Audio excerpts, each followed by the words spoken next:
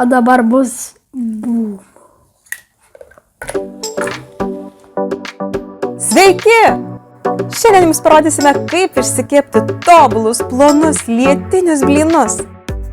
Ir ką daryti, kad jie nesubirėtų. Ir kaip išgauti norimą formą.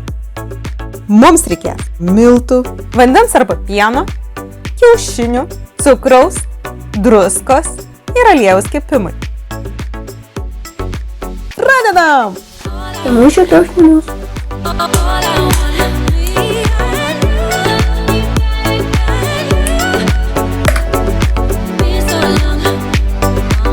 Truputėlį druskos.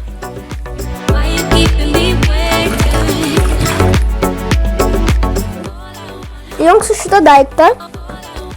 Jisai čia ką tik atsirado. Magiškai.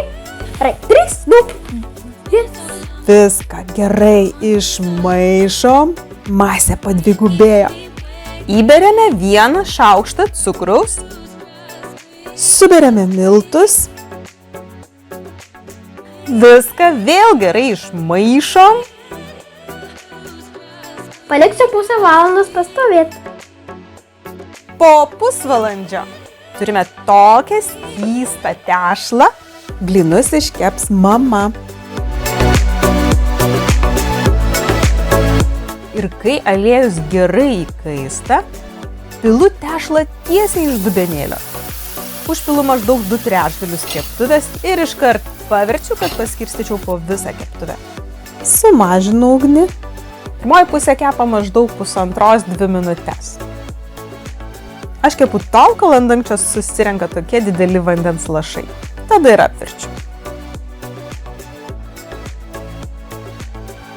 Apvertus pakepame dar minutę.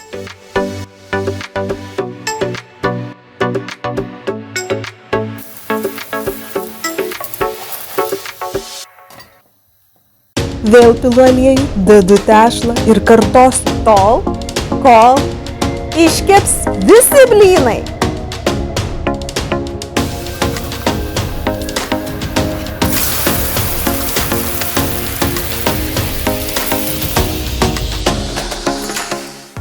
Tobulai apvalūs, ploni ir tvirti blyneliai.